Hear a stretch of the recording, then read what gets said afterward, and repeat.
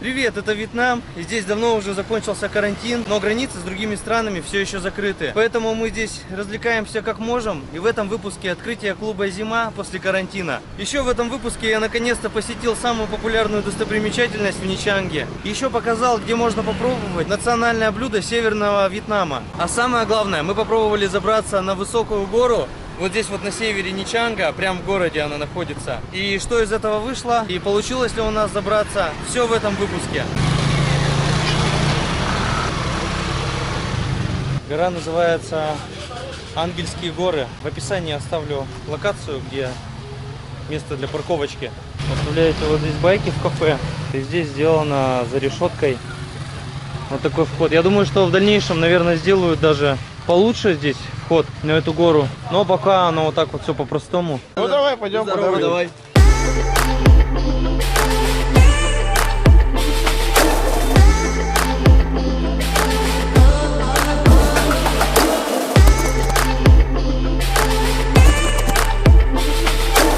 Фу, и тут уже даже на самом начале открывается красивый вид. Фу.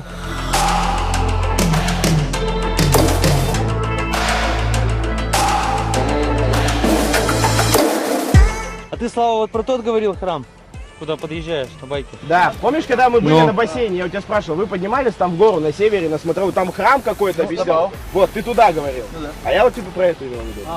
Туда надо тоже съездить, на добаву. Тоже интересно. Ну, пойдем.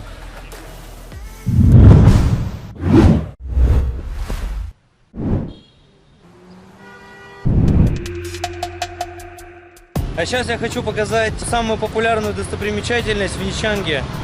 Это башня Панагар. Я здесь не был, и вот хочу немножечко и сам посмотреть, и рассказать. Говорят, что нужно ноги прикрывать, когда приходишь, то есть, чтобы ниже колена была одежда. Мне вот пришлось тоже штаны одеть. Ну, не сказать, что опасный такой подъем. Гора не крутая, но очень становится жарко. Поэтому, если под солнцем сюда идти, вообще можно сгореть. Сегодня повезло, сильного солнца нет, но и время тоже надо выбирать. Все рекомендуют идти минимум в 3 часа, чтобы уже было не так жарко. Здесь уже видно ту сторону.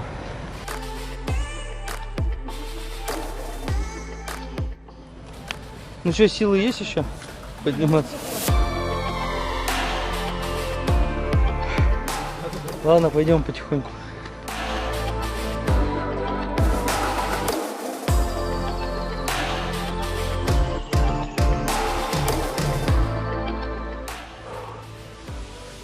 Я уже весь вспотел. На самом деле, достаточно уже и сюда подняться. Дальше не идти. Ну вот, наверное, до сюда все и ходят. Там как-то вообще уже как отвесная стена идет. О, кастрюля тут, пикники проводят. Фу, реально жарко.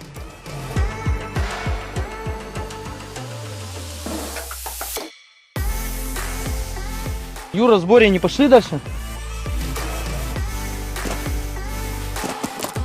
Здесь уже так полегче идти. Здесь тропиночка такая более ровная. Это корешок или зверь? Корешок, но выглядит вообще как зверь.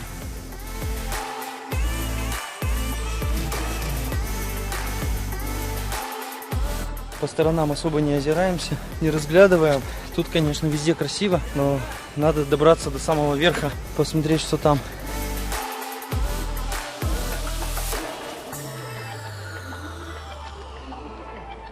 Ты что, обратно пошел? Ну ладно, ты не пошел, вот скажи, передай привет. То есть меня будет в блоге, да, еще позорить? Ну да. Ребят, смотрите, вот история такая, что я сюда не поднимусь, но когда это будет не бесплатно. Пока виды прекрасные. Да, еще мне, кстати, предупреждал Кирилл, как сюда собираться. Он сказал, легкая подъем в гору. Ну, по мне видно, что я собирался в легкий подъем в гору. Весь сырой. Да. Ну ладно, до встречи счастья, внизу. удачи, здоровья. Подписывайтесь на канал, ставьте лайки и любите Илюшу. Башня Панагар относится к культуре древнего народа Чампа. Жили они на территории современного Южного и Центрального Вьетнама до 17 века, а в 19 веке вьеты окончательно поглотили последние территории того, что было Чампа. Культурного наследия этого народа осталось совсем немного, поэтому к последним сохранившимся постройкам относятся с особым трепетом. Это индуистский средневековый храмовый комплекс, посвященный богине Панагар. Архитектура состоит из 3 уровней, идущих снизу вверх. Первый – это вход. Когда-то там были большие ворота, которые до наших дней не сохранились. Далее идут каменные ступени ко 2-му уровню. Здесь расположены 4 ряда 8-угольных колонн и алтарь. Этот уровень предназначался для встреч с гостями храма. На верхнем этаже находятся башни. До наших дней из 10 сохранились только 4 башни. Они были построены в разное время, поэтому отличаются по архитектуре и размерам. Каждая из башен Панагар служит для поклонения определенному божеству. Внутри башен храмов ощущается терпкий аромат благовоний, которые заполняют все тесное помещение. Главная и самая большая башня сооружена в честь богини Панагар. Высота ее примерно 25 метров. Внутри расположена статуя, которая изображает саму богиню Панагар. На территории храма можно увидеть представителей народа Чампа. Они оберегают храм от разрушения, сохраняют культуру и проводят ритуальные танцы в качестве молитвы богини Панагар, которая дает урожай и избавляет от бедности.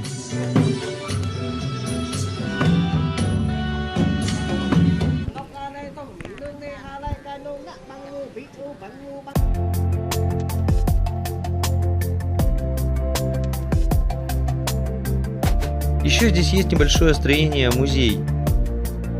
Там меня впечатлила старая фотография Ничанга, на которой изображен вид с холма, где расположены башни.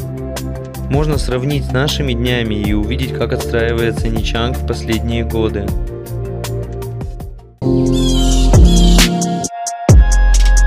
Ну а мы продолжаем. Вот уже 3 человека от нас отсеялось. Пришли сюда всемиром. Сначала 2, а потом еще 1 ушел вниз. Фу. Так, остальные ребята идут вверх, я за ними.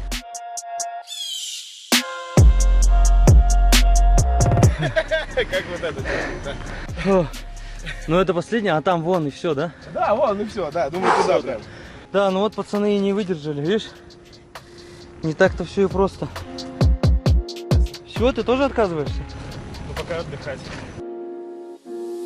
А вон тут и видно даже этот, где мы начинали. Да. Так, ну что, нам надо успеть до заката. Пошли. Здесь уже ровная такая дорожка. Камни для пикника тут, для костров повсюду. Тут реально можно затусить с палатками.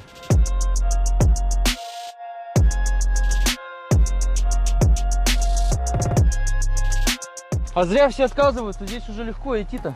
Да? Здесь уже вообще без всяких проблем. Спокойненько идешь, не надо карабкаться. Ну как же там все сверху. Я особо не оборачиваюсь, назад не смотрю, чтобы полюбоваться. Наверху всем полноценно уже. Фу, ну как? Не все даже парни могут забраться сюда. Че, и Димас не пошел? Осталось вообще 3. Ну что, дела идут в гору у нас. Ага. Пойдемте вверх. Фу. Да, серьезно вот туда прям, да, подниматься? О, вот еще одна вершина. Фу. Здесь прям такая хорошая площадка.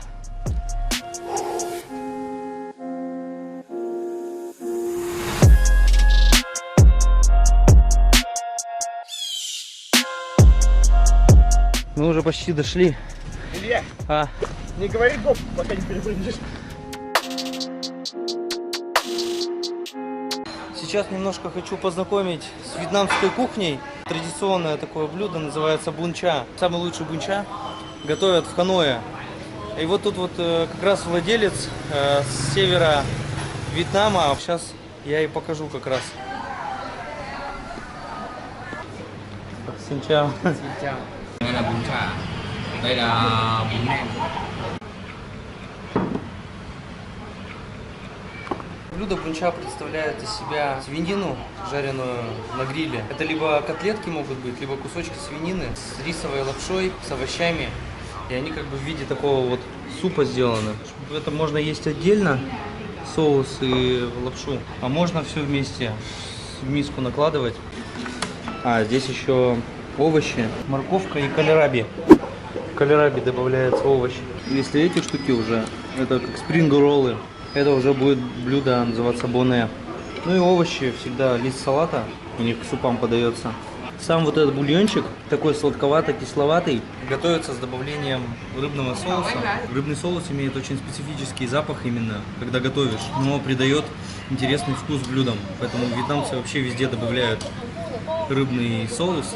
Ну и вот это вот сочетание все вместе с лапшой, с таким вот специфическим соусом, с овощами и мясом, с такими вот котлетками на гриле жареными. Именно вот это блюдо, прямо оно полноценное и очень вкусное само по себе. И очень сытное. Ну, ссылочку на это заведение в картах месторасположения, как всегда, в описании. И, кстати, интересный очень факт. Барак Обама, когда был президентом США, приезжал во Вьетнам и попробовал в Ханое как раз вот эту лапшу. Говорят, что ему очень понравилось это блюдо, и он пробовал найти такое же в Америке. И поначалу я, когда ел, бунча для меня было трудно запомнить название. Я называл это лапша Обама. Обама Noodles. А вот это блюдо я вообще не пробовал. Лапша с сушеной змеей. Только что попробовал пару кусочков этой змеи. Похоже на анчоусы жареные. По меню называется вот так вот это блюдо с сушеной змеей. Можно как суп заказать, а можно как салат. Это новинка у них блюдо. Интересно было попробовать. Если знаете только суп фо, или никогда не пробовали такое, можете попробовать тоже такое блюдо. А в следующем выпуске я покажу еще другое блюдо, которое тоже мало кто знает, вьетнамское, именно из вьетнамской кухни. Так что подписывайтесь, нажимайте колокольчик, чтобы не пропустить следующее видео. Алтарь. Я думаю, сюда надо камень положить.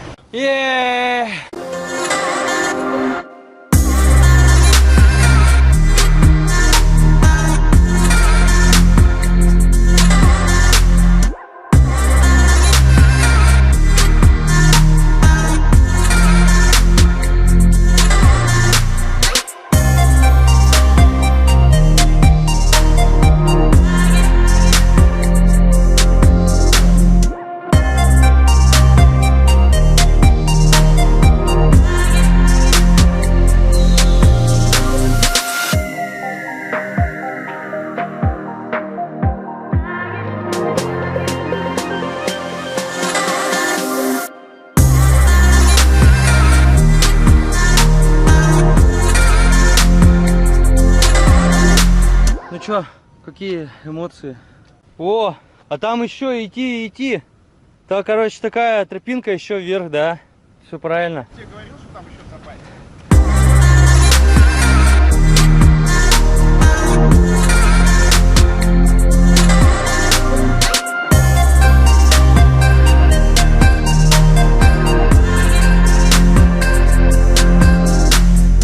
Ну смысл нам туда уже идти, если здесь алтарь? Здесь у нас уже боги встретили, да? По высоте, в принципе, так же почти. И это много уже. Фу. Ну что, ты был здесь? Был здесь. Че там, кого нашел? Прыгает? Где? Он маленький совсем. Это сверчок? Да, сверчок. Я их не видел даже ни разу.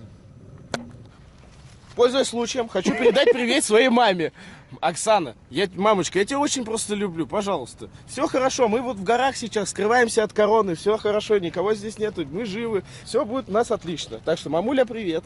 Ну и, конечно, подписывайтесь на канал, ставьте лайки, там, репосты. Вот если вы посмотрите этот видос, вы будете знать, получается, сколько подниматься, какое примерно расстояние, что здесь как бы надо быть подготовленным, размяться хорошо, чтобы не потянуть себе никакие мышцы.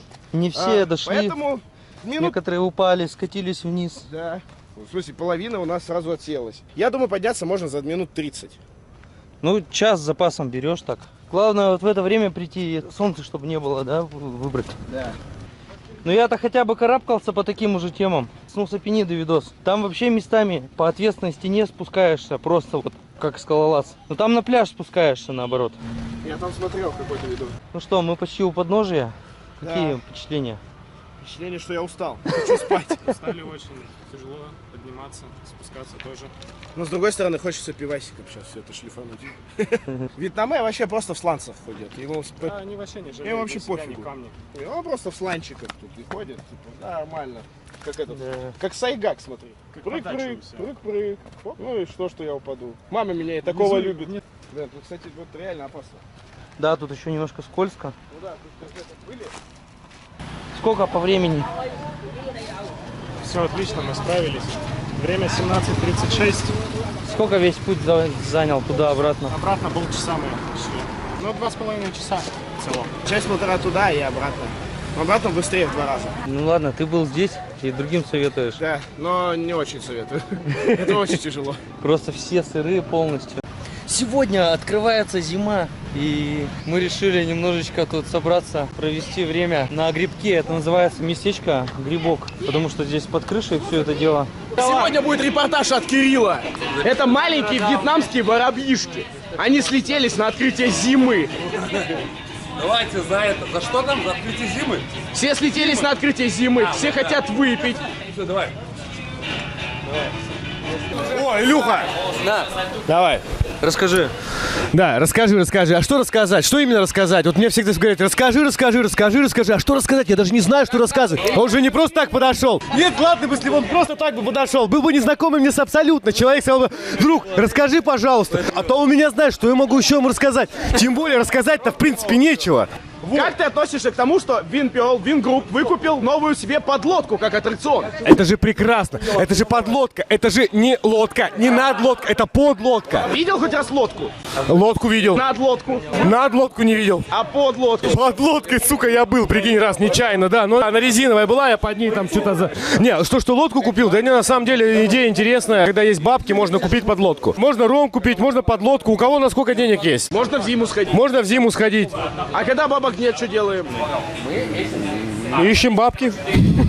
Максим, что ты делаешь, когда у тебя нет бабок? Сейчас карантин, нету работы ни у кого. Что ты делаешь? Хороший вопрос. Алкоголик и... Следующий вопрос. Главное не расстраиваться, не отчаиваться. Как минимум надеяться на позитивный исход. Но для этого надо что-то все равно делать.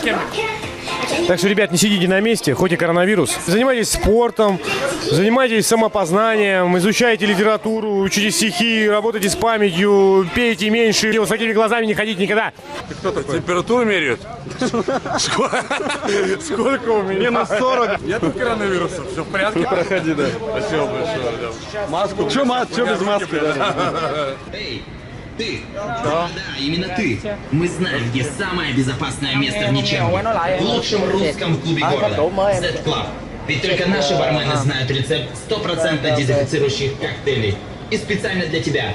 Заплати один раз 500 тысяч донг и пей всю ночь сколько хочешь.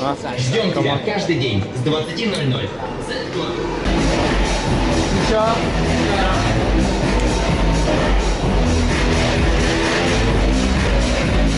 Мы в клубе «Зима». Здесь полно народу. Это для меня вообще неожиданность, потому что я думал, что не будет людей вообще, потому что нету туристов.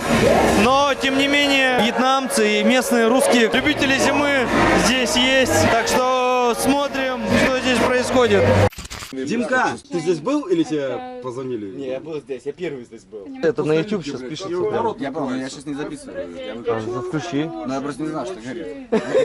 Так я вырежу все лишнее, ты не бойся. Это автопати. По словам, был здесь, и он оказался на крыше, где мы зависаем. Пацаны, девчонки. Это точно.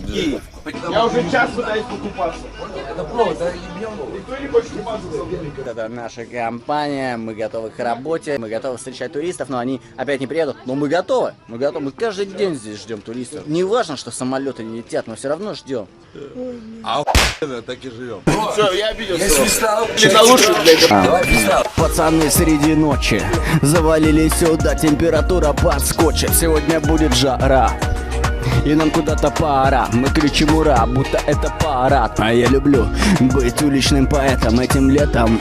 Да тут всегда лето, и поэтому не выхожу из своего кабинета. Это улица, и мы ждем туристов. Сюда хрен кто сунется, и поэтому мысли улетают куда-то в сторону Далата.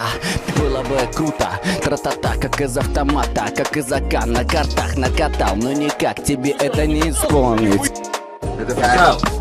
Эй, Кирюша, мы не курили плюшек. Я тебе скажу, нам не надо подушек безопасности. Нету никакой гласности. Это просто наш, сука, праздный стиль. Каждый день как праздник, каждый день на классе, в Найке или в Адидасе. А Илюха на массе, хоть и бегал очень много. И, кстати, скинул вес. У него даже появился пресс. Это как район чудес. Глиномес отсутствует в этой тусе. Если ты не в курсе, парень из Беларуси. Короче, я обычный житель. А, кстати, если вы думаете, тут одни мальчонки, нет, тут есть еще девчонки.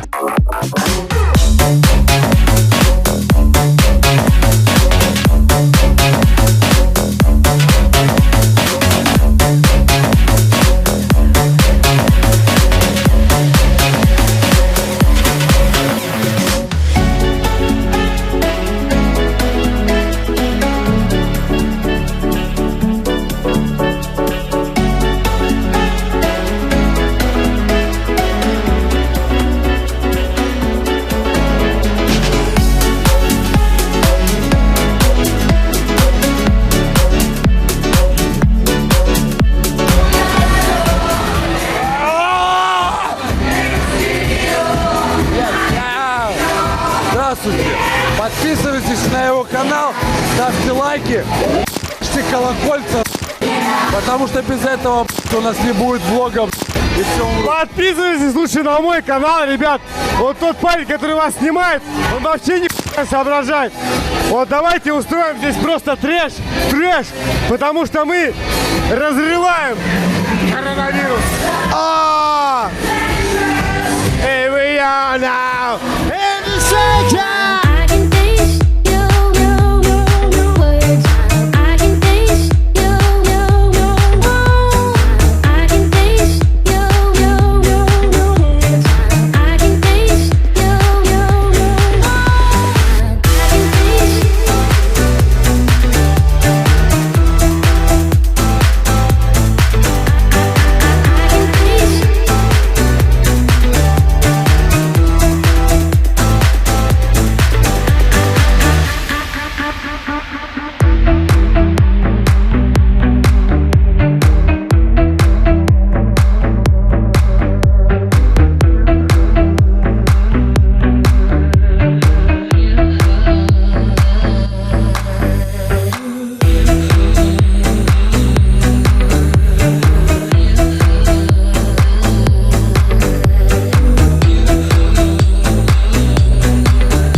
Скажи, как у тебя первое впечатление от открытия зимы? Оно великолепно, Илья, оно великолепно, оно потрясающее.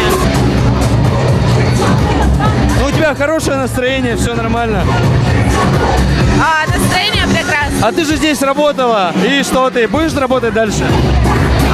Нет, работать не буду, но да, я буду сюда приходить чаще. А уезжать не будешь? Ну все.